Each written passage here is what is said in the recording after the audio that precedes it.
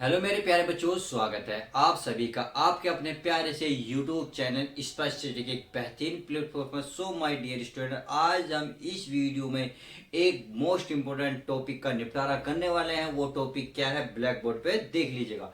इस पे लिखा हुआ है कि कक्षा 10th के लिए जो त्रिकोणमिति के कुछ अनुप्रयोग हैं, जो एक्सरसाइज है 9.1 के, उसके हमने सवाल लिए हैं। जो पहले स्टेप के हैं, पहले स्टेप बाय स्टेप लेंगे। हमने ऐसे नहीं करा जो एक्सरसाइज के हैं सवाल नंबर 1 2 3 4 5। मैंने पहले क्या करा है, जो स्टेप है आसान से पहले वो लिया है, फिर उसके बाद मैं सेकंड कवर करूंगा, अर्थात इससे थोड़ा सा लेवल उठाऊंगा, फिर उससे हाई लेवल उठाऊंगा। अर्थात कहने का मतलब है इस एक्सरसाइज को हम पार्ट में डिवाइड करेंगे और स्टेप बाय स्टेप कवर करते जाएंगे। तो पहले एक्सरसाइज पे जाने से पहले मैं आपको पहले थोड़ा सा बेसिक समझाऊंगा, ताकि आपको सवाल को पकड़ने में या करने में कोई प्रॉब्लम ना हो। तो आई होप मेरी बात पूरी तरीके से समझ गए होंगे। तो चलिए सवाल की हम शुरुआत करते हैं। क्वेश्चन में बोला है, देखिए अब इसे बोला तो जाता है त्रिकोणमिति के कुछ अनुप्रयोग को। देखिए इससे ऐसे ही बोला जाता है कि ऊंचाई दूरी के नाम से भी चैप्टर जाना जाता है। तो क्या करना है, देखिए सबसे पहला आपको एक चित्र जान लेना है। चित्र में सारी चीज आपको बेसिक क्लियर हो जाएंगी। अगर मान लो एक ऐसा चित्र है, या ऐसे भी बना सकते हैं, जरूरी नहीं कि ऐसा हो, देखिए ऐसे भी हो सकता है। तो समझ गए होंगे। अब इसमें क्या होता है, देखिए कई चीजें होती है। एक तो अवनमन कोण होता है, एक उन्नयन कोण होता है, एक शिखर होता है, एक पाद बिंदु होता है। ये क्या होते हैं, हर पॉइंट को आप बारीकी से समझें। देखिए मान लेते हैं कोई पर्वत है। देखिए आप पर्वत को भी इसी से दिखाएंगे, मीनार को भी इसी दिखाएंगे, पर्वत और पुल को भी इसी से दिखाएंगे, खंबे को भी ऐसे दिखाएंगे। यानी कि जो ऊंचाई है आप एक सीधी डोर के द्वारा दिखाएंगे। जरूरी नहीं है वो मीनार बोलेगे तो आप पहले डिजाइन वाली मीनार बना, ऐसा बिल्कुल भी हरकत नहीं करेंगे, वो जो बिल्कुल गलत बात है। तो अगर मान लेते हैं कोई चीज है, मान खड़ी है, एक तो इसका ये ऊपर वाला सिरा कहलाएगा, ये कहलाएगा दोस्तों क्या कहलाएगा, शिखर। तो किसी भी पर्वत, मस्जिद या मीनार या खंबा, तो उसका क्या कहलाएगा, ऊपर वाला सिरा शिखर कहलाएगा। ऐसे ही आप अगर ये वाले डायग्राम की बात करें तो ये वाला भी क्या कहलाएगा दोस्तों, शिखर ही कहलाएगा। समझ में आ गया ना, शिखर क्या होगा, यानी कि ऊपर वाला सिरा शिखर बोला जाएगा। अब ये मीनार खड़ी है, ये कहलाती है ऊर्ध्वाधर। ये बन जाता है ऊर्ध्वाधर, सही है, ऊर्ध्वाधर। ऊर्ध्वाधर ऐसे, ऊर्ध्वाधर का मतलब है सीधी खड़ी रेखा, यानी कि ए और बी कह दो तो ए बी जो खड़ी रेखा है क्या कहलाएगी, ऊर्ध्वाधर। इसी प्रकार से ये वाली ऊर्ध्वाधर कहलाएगी। अब इसमें दो कोण बनते हैं।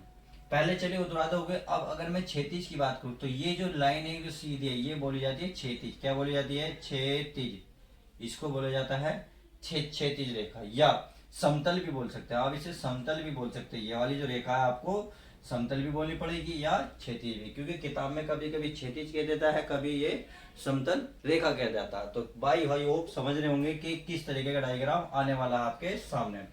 अब और ये वाला देखिए, अब ये जो बनता है, ये बनता है 90 का एंगल। ये तो पता है ना, ये तो लगभग सभी को पता है कि 90 का एंगल बनता है।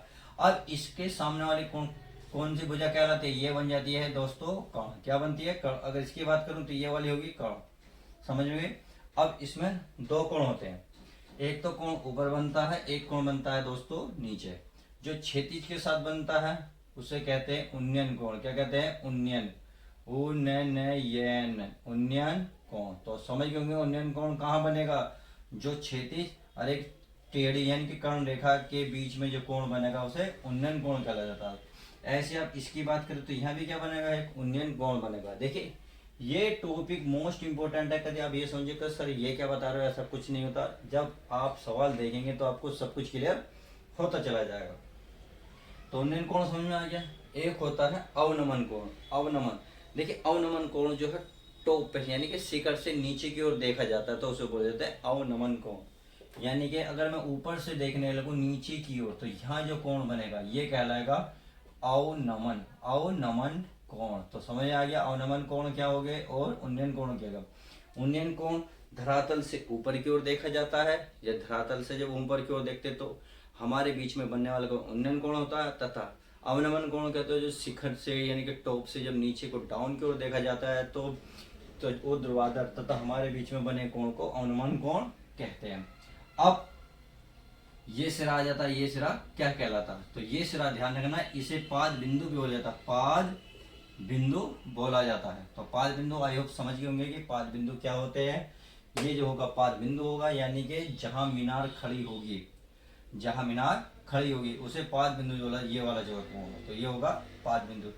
तो आई होप छोटी सी जो आपका बेसिक था वो सब कुछ क्लियर हो गया होगा। तो अब मैं क्वेश्चन की शुरुआत करता हूँ, इसको मैं रफ कर देता हूँ। देखते हैं क्वेश्चन की पहले की शुरुआत देखते हैं।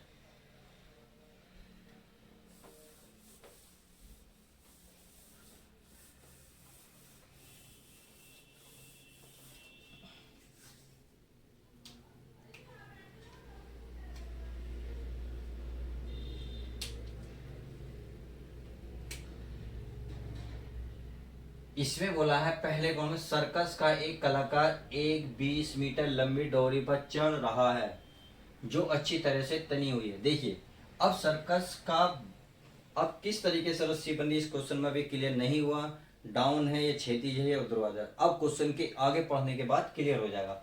और बोला जो भूमि पर सीधे लगे खंबे के शिखर से बंधी हुई है। देखिए ये बात पॉइंट बड़ी प्यारी कही है, यदि भूमि स्तर के साथ डोर द्वारा बनाया गया कोण 30 अंश का है।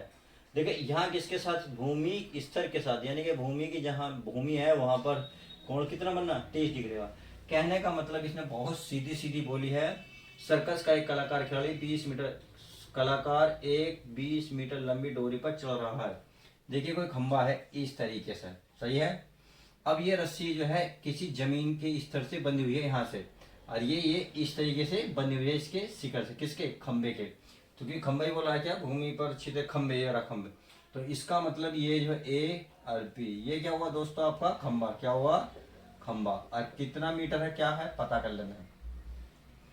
20 मीटर लंबी डोरी, तो डोरी तो ये वाली है, तो इसका मतलब इसकी जो डोरी की लंबाई है कितनी है, 20 मीटर है। चित्र समझ में आ गया। कोई खंबा है ए बी जो धरातल पर खड़ा है, इससे कुछ दूरी पर एक डोरी बंधी हुई है। डोरी का एक सिरा भूमि स्तर पर है तथा दूसरा सिरा खंबे की शिखर पर है। अब यह जो भूमि के साथ, तो यहाँ करा यदि भूमि स्तर के साथ डोर द्वारा बनाया गया कोण कितना हो, 30 अंश का हो, ये वाला, यानी कि ये वाला कोण की बात करें 30 अंश का हो, तो खंबे की ऊंचाई ज्ञात करें। इसका मतलब इस खंबे की ऊंचाई क्या पूछ रहा है, वो हमें ज्ञात करवाने को कह रहा है, यानी कि खंबे की ऊंचाई क्या है ये बता दो। तो हमें चित्र समझ में आ गया होगा उम्मीद है। अब इसकी पहले छोटी सी हिंदी लिखेंगे।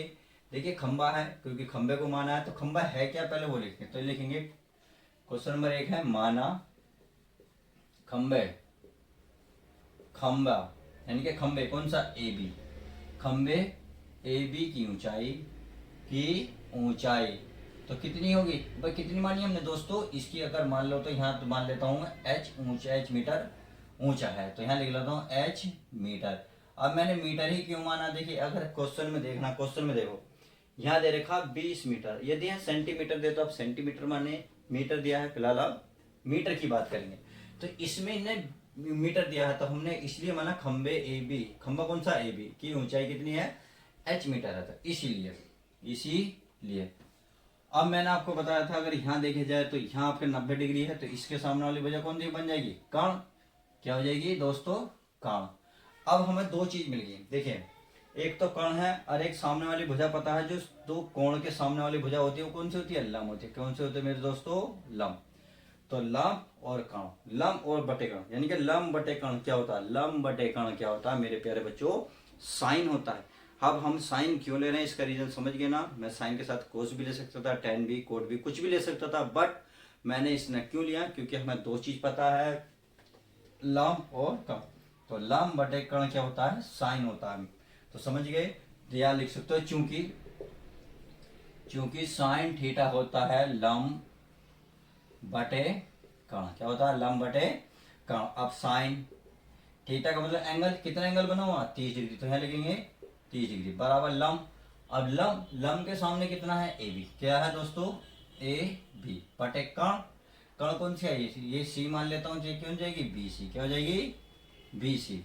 अब साइन 30, साइन चूंकि देखिए साइन 30 का मान क्या होता है पता है ना, साइन 30 का मान होता है 1/2, तो साइन 30 के स्थान पर 1/2 में यहाँ रख सकता हूं, तो इसके स्थान पर 1/2 बराबर ए बी की ऊंचाई कितनी है, माना है एच, तो कितना है दोस्तों एच, तो एच बटे बी सी, बी और सी की लंबाई टोटल कितनी है 20 मीटर, कितनी है दोस्तों 20 मीटर।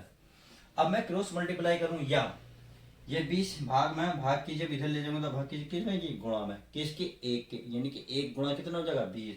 तो मैं लिखूंगा 1 गुणा 20, और नीचे कितना है 2 है बराबर एच। तो आपने देखा 20 की एक में गुणा करूंगा कितना आएगा 20 बटे 2 बराबर एच। अब 2 से भाग दो, जब आप 2 से भाग दोगे तो एच बराबर कितना निकल गया, कितनी ये आएगा 2 से भाग देंगे 10। तो यहाँ मीटर नहीं लिखोगे, कहाँ लिखोगे जहां आपने माना है उसको, क्योंकि इनने खंबे की ऊंचाई पूछी है, खंबे की ऊंचाई को एच से दिखाया हमने, एच का मान निकाल लिया, तो इसका मान आप यहाँ रखेंगे। बस मानने के स्थान पर क्या लिखोगे, इसलिए, क्या लिखोगे इसलिए। तो मैं लिख सकता हूँ इसलिए, फिर ये बिल्कुल हिंदी ऐसे उतार दो, जैसे खंबे, खंबे ए बी की ऊंचाई, क्या खंबे ए बी की ऊंचाई कितनी बराबर है एच। एच का मान कितना है दोस्तों 10, 10 आया, कितना लिख रहा है मीटर, तो यहाँ लिखोगे मीटर। तो आई होप पहला क्वेश्चन पूरी तरीके से क्लियर हो गया कि बहुत छोटा था, बेसिक था, नॉलेज के पर्पज से बहुत इंपॉर्टेंट था, क्योंकि जैसे जैसे क्वेश्चन की लैंग्वेज बढ़ती जाएगी, टफ होते जाएंगे, तो ये क्वेश्चन बहुत हेल्पफुल होगा। तो आई होप समझ गए होंगे। तो चलिए अब क्वेश्चन किसकी सेकंड की शुरुआत करते हैं। देखिए क्वेश्चन नंबर सेकंड क्या कहता है, आपको स्क्रीनशॉट लेना है, स्क्रीनशॉट ले सकते हैं। अब क्वेश्चन नंबर 2 देखते हैं। अगर भूमि के एक बिंदु से, यानी कि भूमि का कोई पॉइंट है, उस पॉइंट से देखना है जो मीनार के 5 बिंदु से 30 मीटर की दूरी पर है। इसका मतलब है इसने ये कहा है भूमि का कोई पॉइंट है, उस पॉइंट से 30 मीटर की दूरी पर कोई कोई क्या है आपकी मीनार है, उसके 5 बिंदु से 30 मीटर की दूरी है। मीनार के शिखर का उन्नयन कोण 30 डिग्री है, मीनार की ऊंचाई ज्ञात करवा रहा था। बहुत ही सिंपल क्वेश्चन है, इससे आसान तो लगभग क्वेश्चन होगा नहीं, क्योंकि इसकी तो लैंग्वेज थोड़ी बड़ी थी, इसकी तो लैंग्वेज भी बहुत छोटी है। अब इसमें क्या करना है दोस्तों, ये अगर भूमि का कोई पॉइंट है, मान लेते हैं भूमि का कोई हमारा एक पॉइंट है। अब इससे कोई मीनार खड़ी है भूमि पर, ये खड़ी होगी। अब इसके अगर आप 5 बिंदु, मैंने बोला था ना 5 बिंदु नीचे के शिखर को कहते हैं, और इनके बीच की दूरी, यानी कि भूमि का पॉइंट और मीनार के बीच की दूरी कितनी दे रखी है, 30 मीटर दे रही है। तो आ गया 30 मीटर। अब कह रहा मीनार के शिखर का उन्नयन कोण कितना है, 30 अंश है। तो शिखर का कोण कब बनेगा, जब हम एक लाइन ये ड्रॉ कर देंगे, तो इसके जो शिखर पर बनेगा, तो वो कौन सा कोण बनेगा, शिखर का उन्नयन कोण 30 है, यानी कि इसके शिखर पर कोण बनने वाला 30 अंश। तो उन्नयन, और लैंग्वेज क्या दी हमने, उन्नयन कोण। तो उन्नयन कोण का मतलब है ये वाला कोण इसने दिया 30 अंश दिया है। तो आई होप अब चित्र समझ में आ गया होगा। तो कह रहा मीनार की ऊंचाई, तो मीनार तो ये है, इस मीनार का हम नाम रख देते हैं क्या, ए बी, क्या ए बी, पंडित से बुलाकर ए बी नाम रख देते। पंडित जी ने कहा इसका नाम ए रखो, इसका नाम बी रखो, अब जो बच गया उसका नाम सी रखो। तो हमने तीनों नाम रखे। इस मीनार की ऊंचाई मान लेते हैं एच है, क्या मेरे प्यारे बच्चों, ऊंचाई है एच। तो बात समझ में आ गई। तो आप क्या लिखेंगे, अब आप प्यारी सी लैंग्वेज लिखेंगे, वही जो आप लिखता है आया है। तो इसमें लिखेंगे माना, भाई ये कौन सी मीनार है, माना। तो क्वेश्चन नंबर है 2, तो यहाँ लिखेंगे माना मीनार, और मीनार कौन सी है, ए बी, ये है ए बी। तो कोष्टक में आप ए बी भी लिख सकते हो, या मीनार कोष्टक में भी। मीनार की ऊंचाई, क्या ऊंचाई मान लेते हैं क्या है, एच मीटर। क्या है मेरे प्यारे बच्चों, एच मीटर, क्योंकि इसने यही बात बूझी है। अब आप खुद देखिए, ये क्या दे रखा आपका, कोण दे रखा। तो कोण के सामने मैंने कौन सी भुजा बताई थी, ये होती है लंब। और जो नीचे बची है आधार, क्योंकि मैंने बताया था अगर इसके सामने देखोगे तो हमेशा वो कर्ण मिलेगी।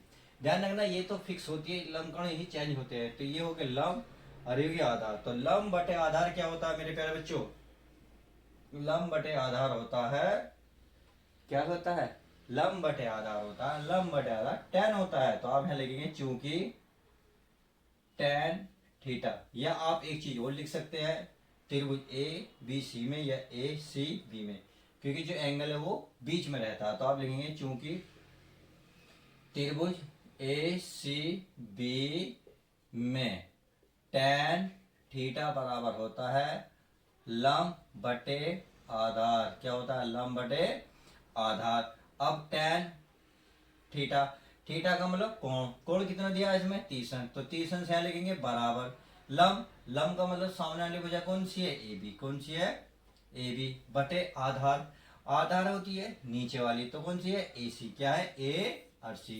अब आप खुद बताइए tan 30 का मान कितना होता है? कितना होता है? हंस के मत दिखाओ, बताओ। tan 30 का मान 1/√3 होता है जी, 1/√3 होता है। तो आप लिख सकते हैं 1/√3 बराबर ए बी। भाई ए और बी के बीच की दूरी कितनी है? ये मान के इतने हमने h, तो यहाँ लिखेंगे h बटे ए सी। ए सी के बीच की दूरी कितनी है? 30, तो यहाँ लिखेंगे 30। तो आई होप समझ गए होंगे। अब 30 कहाँ आ जाएगा दोस्तों? नीचे आया तो ऊपर आ जाएगा, तो ये हो जाएगा 30/√3। देखो ये वाला 30 ऊपर गया तो 30/√3 बराबर h, या h बराबर लिख सकते हो। अब आपने देखा होगा 3 से देखिए 30 कट रहा है, बट कब तक नहीं कटेगा? जब तक कि वर्गमूल 3 जो है वर्गमूल के अंदर रहेगा। तो जब तक नहीं कटेगा तो इसको हटाने के लिए आपको वर्गमूल 3 के ऊपर नीचे मल्टीप्लाई करनी ही होगी। अब हमने करा तो ये हो गया 30/√3। अब ध्यान रखना, जब एक जैसी संख्या वर्गमूल के अंदर हो तो ये वाला रूट हट जाता है, यानी कि ये जो दिख रहा है ना अंडर रूट ये कैंसिल हो जाएगा, केवल ये वाला 3 आ जाएगा, यानी कि इन दोनों तीनों में से कोई सा एक 3 आ जाएगा। तो ये आ गया हमारा 3। अब देख रहे हो 3 से कितनी बार कट रहा है? 3 हम कितने होते हैं? 30। तो आपका आएगा h बराबर 30 और ये है वर्गमूल 3। अब तो यहाँ तो देखो वहां मीटर बेटा कुछ लिखोगे नहीं, आपको बस यहाँ लिखना है। माने की जगह क्या लिखोगे? यहाँ इसके नीचे लिख दोगे, इसलिए मीनार। क्या लिखा? मीनार। कौन सी है? ए बी की ऊंचाई कितनी लोगों मेरे प्यारे बच्चों? ऊंचाई बराबर कितनी है यहाँ? h। और h का मान कितना है? 10/√3। तो यहाँ लिखोगे 10/√3 और लिखोगे मीटर। देखिए ये बहुत जरूरी मात्रक है, यही आपका आंसर सही परसेंट होगा, यानी कि सही तरीके से आंसर होगा। तो आई होप क्वेश्चन नंबर आपका कौन सा? क्वेश्चन नंबर 2 क्लियर हो गया होगा, तो उम्मीद है। अब चलिए क्वेश्चन नंबर 3 देख लेते हैं। यदि आपको इसका स्क्रीनशॉट लेना बहुत आसानी से ले सकते हैं। फिर आप देखते हैं क्वेश्चन नंबर 3 को। अब क्वेश्चन नंबर 3 है, ये रहा भूमि से 60 मीटर की ऊंचाई पर, यानी कि भूमि से 60 मीटर ऊंचाई पर एक पतंग उड़ रही है। कहने का मतलब है भूमि का कोई पॉइंट है, मान लो ये 60 मीटर क्या है? ऊंचा है। कितना है? 60 मीटर ये ऊंचा है। अब 60 मीटर पे एक पतंग उड़ रही है, यानी कि यहाँ कोई एक पतंग उड़ रही है। देखिए पतंग में बनाना चाहूँ बनाना कोई जरूरत नहीं है, हमें तो पता चलेगा। पतंग में लगी डोरी को अस्थायी रूप से भूमि के एक बिंदु से बांध दिया गया है। यानी कि देखिए जब पतंग उड़ाते हो तो कुछ टेढ़ा तो इस तरीके से तो उड़ाते हो, ये भूमि के एक पॉइंट से बांध दिया गया है, यानी कि इसको इस तरीके से इसने इसको बांध दिया है। अब ये भूमि है तो ये तो सीधा सीधा हो ही जाएगा, तो इसका मतलब वही चित्र बन गया जो अब तक बनाते आ रहे थे, बिल्कुल सेम वही है। अब आगे क्या करा? भूमि के साथ डोरी का झुकाव 60 अंश का है। भूमि के साथ, देखो भूमि के साथ करा, ना कि ने शिखर के साथ के, भूमि तो नीचे मिलेगी, तो कितना कोण है वो? 60 अंश का है। समझ में आ गई? आ गया। यह मानकर कि कोई भी ढील नहीं है, यानी कि डोरी में कोई भी ढील नहीं है, तो डोरी की लंबाई ज्ञात करवा। इसका मतलब डोरी जो है ढीली नहीं, जैसे मैंने बना रखा, तो चित्र बना तो ये तो सीधी लाइन होगी, समझ गए ना? ये लाइन सीधी जाएगी, बस इतनी सी बात है। तो इसका मान लो ए, ये बी और ये सी। आप खुद बताइए अगर डोरी की लंबाई क्या मान लें दोस्तों? भाई h तो मान लेते हैं हाइट, ये मान लेते हैं x। इससे क्या होगा? क्वेश्चन आसानी से हो जाएगा। तो ये वाली लंबाई पूछ रहा। अब हमें बहुत दो चीजें चाहिए, किसी भी त्रिभुज के निकालने के दो चीज चाहिए, एक कोण चाहिए, वो तीनों चीज इसमें उपस्थित है। देखो कैसे? 60 दे रखा, x दे रखा और 60, ये 60 अंश है, ये 60 मीटर है, ये x दूरी निकालनी है। तो डोरी है ये वाली, तो लिख लेते हैं क्वेश्चन नंबर कौन सा? 3। तो मैं यहीं को लिख लेता हूं 3। तो माना क्या? डोरी क्या है? डोरी AC, यानी कि AC है ना, तो AC की लंबाई क्या की लंबाई, तो कितनी मान लेते हैं मेरे प्यारे बच्चों? कितनी मानी है? x, और क्या मानोगे इसमें? मीटर। अब हम मीटर ही क्यों मानने हैं? अगर यहाँ मीटर दे रखा है तो हम मीटर मानेंगे। देखो यहाँ इसमें कुछ दे रखा होगा, कहाँ है? ये रहा मीटर। यदि यहाँ सेंटीमीटर देगा तो हम सेंटीमीटर मानेंगे, यदि मीटर के देगा तो हम मीटर मानेंगे। तो समझ गए? अब माना डोरी AC की लंबाई कितनी है? x metre. तो अब देखिए इसके सामने वाले कितनी क्या बताई थी मैंने? हमेशा क्या बताई थी दोस्तों? लंब। क्या बताई थी? लंब। और इसके सामने कण, तो लंब और कण मिल गया, तो लंब बटे कण क्या होता है? लंब बटे कण tan थीटा होता है, लंब सॉरी sin थीटा होता है। तो कौन सा त्रिभुज है? देखिए एक त्रिभुज है, ABC या ACB। तो कोण बना हुआ कहाँ है? C पर। तो C हमेशा बीच में रखेंगे, यानी कि त्रिभुज ACB में साइन थीटा होता है हमारा लंब बटे कर्ण। क्या होता है? साइन लंब बटे कर्ण। साइन थीटा, थीटा का मान कितना दे रखा है? 60। तो 60 लिखेंगे बराबर लंब, इसका मतलब ये वाली भुजा कौन सी है? AB बटे कर्ण। कर्ण हमारी ये वाली भुजा कौन सी नाम है? AC। अब साइन 60 का मान पता है ना प्यारे बच्चों? साइन 60 का मान होता है √3/2। तो साइन 60 का मान है √3/2, ये इसकी वैल्यू होती है। अब AB का मान कितना है? 60 बटे AC का मान कितना है दोस्तों? x। अब क्या करें? इस x को इधर ले जाएं तो √3x हो जाएगा, इस 2 को इधर ले जाए यानी कि 60 गुणा 2 हो जाएगा, तो हो गया 120। इनकी गुणा कर लेते हैं तो रूट कितना है? चलिए कर लेते हैं भाई, x बराबर 120। अब x की गुणा में है √3। जब ये x की गुणा में है तो गुणा की चीज जैसे इधर ले जाओगे बराबर के बाद क्या बन जाएगी? भाग में बन जाएगी। तो समझ में आ गया। अब एक बात बताइए, क्या 3 से 120 कट रहा है? काट के देखिए, 3 चौक 12 यानी कि 40 बार कट जाएगा। जब ये कट रहा है तो कब तक नहीं कटेगा? जब तक ये चीज वर्गमूल में है। तो इसका मतलब हम वर्गमूल की ऊपर नीचे गुणा कर सकते हैं। तो हो गया 120 √3 बटे रूट से रूट कटेगा कितना आएगा? 3। अब 3 से काट लो, 3 चौक 12। तो यह आ गया 40 वर्गमूल 3।